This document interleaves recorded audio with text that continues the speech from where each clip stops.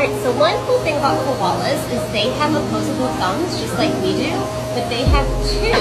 So they have two on the one side and three fingers on the other, and that just helps them to really hold on to the trees since they do most of the things in the trees, sleeping, eating, so that extra thumb really helps them hold on. And if you can get a close-up on his toe, right there, his back